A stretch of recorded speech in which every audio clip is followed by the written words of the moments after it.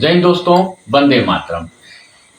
आप लोगों को हमारी तरफ से नवरात्रि की हार्दिक शुभकामनाएं। अब मैं इजराइल और ईरान के बारे में कुछ रोचक तथ्य आप लोगों के सामने साझा करना चाहता हूं। इजराइल हमेशा से लगभग 2 दशक 20 साल से चाह रहा था किसी तरह ईरान हमारे ऊपर हमला करे और मैं फिर ईरान के ऊपर अटैक करूं।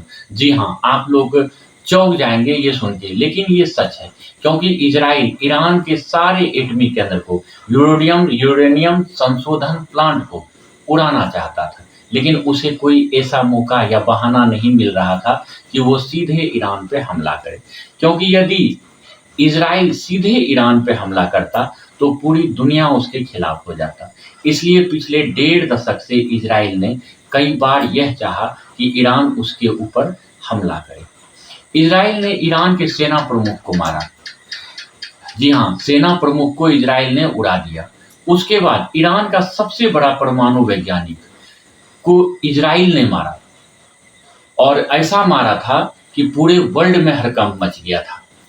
लेकिन उससे भी कहीं ज्यादा 3 बार एटॉमिक जो सेंटर है उसका, ईरान का, उसको एटॉमिक सेंटर को 3 बार साइबर हमले करके पूरा सिस्टम को खराब कर दिया।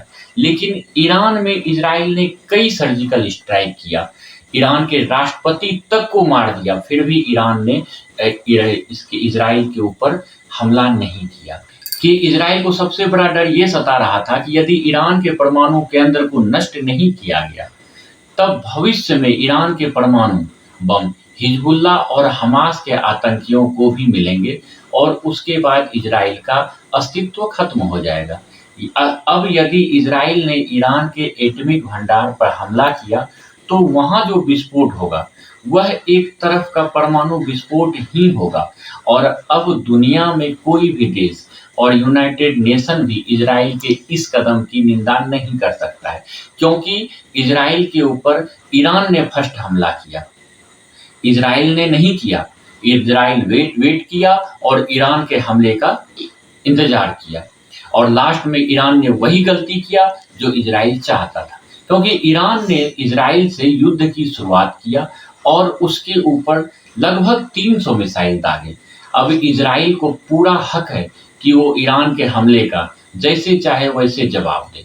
यहाँ तक कि रूस भी नहीं चाहता था कि ईरान जो है इजराइल के ऊपर अटैक करे और इस कारण से जो ईरान के ऊपर रसिया जो है बहुत ज्यादा गुस्सा है।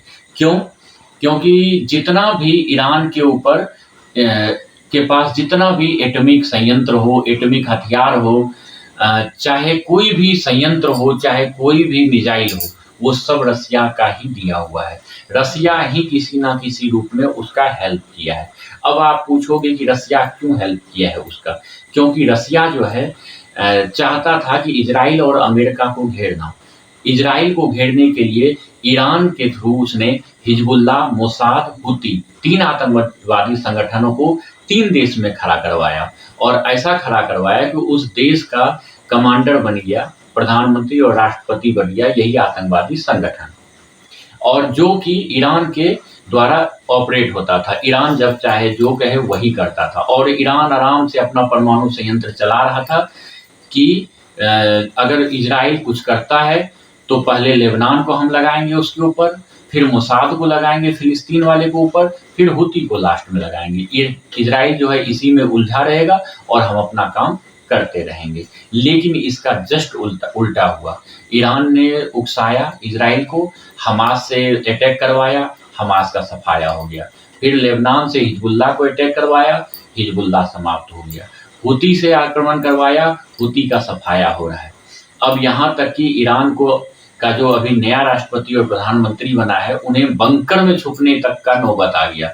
लेकिन एक गलती इन्होंने गुस्से में, उकसावे में आके इजराइल के ऊपर कर दिया, 300 मिसाइलों को दाग दिया। क्योंकि रसिया का क्या करना था कि इजराइल और अमेरिका को किसी तरह से उसको व्यस्त रखना था वहां उन लोगों से लड़ाई करने में जो कि यूक्रेन के ऊपर जल्दी से युद्ध जीता जाए। क्योंकि अगर इधर से इजराइल और अमेरिका बड़ी हो जाता है युद्ध से, तो वो कभी भी यूक्रेन से नहीं जीत पाएँगे। 2 साल से ऊपर हो गया रसिया को यूक्रेन से लड़ाई करते हुए। अब रसिया की बेइज्जती होना शुरू हो गया है। ईरान ने गलती कर दिया, अब इज़राइल का रुख हो गया सीधे ईरान की तरफ और ईरान में रसिया का बहुत सारा पैसा लगा हुआ है। वो सब डूबने का खतरा है और वो जो चाहता था वो और रसिया का जो था बहुत सारा हथियार भी ईरान में रखा हुआ है। वो सब अब खत्म हो जाएगा क्योंकि इज़राइल जो है छोड़ने वालों में से नहीं है। अपना खतरा को वो पहले भांपता है, फिर उसको मिटा देता है। इज़राइल अब रसिया क्या करेगा? रसिया का बीच में एक स्टेटमेंट आया था कि हम ईरान के साथ हैं, लेकिन ये मिसाइल ईरान के छोड़ने से पहले का था ये वीडियो। जैसे ही ये आया था तो इज़राइल ने क्या किया, सीरिया में रसिया का एक बेस था, आर्मी बेस, उसको उड़ा दिया। मतलब सीधा-सीधा अब जो है लड़ाई हो गया, अमेरिका, इज़राइल, कुछ देश मिलके एक साइड हो गया और दूसरे तरफ रसिया, ईरान वगैरह सब मिलके एक साइड हो गया, चाइना सब मिलके। इसमें भारत भी अछूता नहीं है क्योंकि भारत के बगल में बांग्लादेश में एक नई सरकार को गिरा के अमेरिका ने अपने आप को बिठा दिया है, अपना आदमी वहाँ बिठा दिया है। जब चाहे अमेरिका जो कर चाहे वहाँ कर सकता है। इसलिए इस युद्ध से भारत भी अछूता नहीं रह सकता है।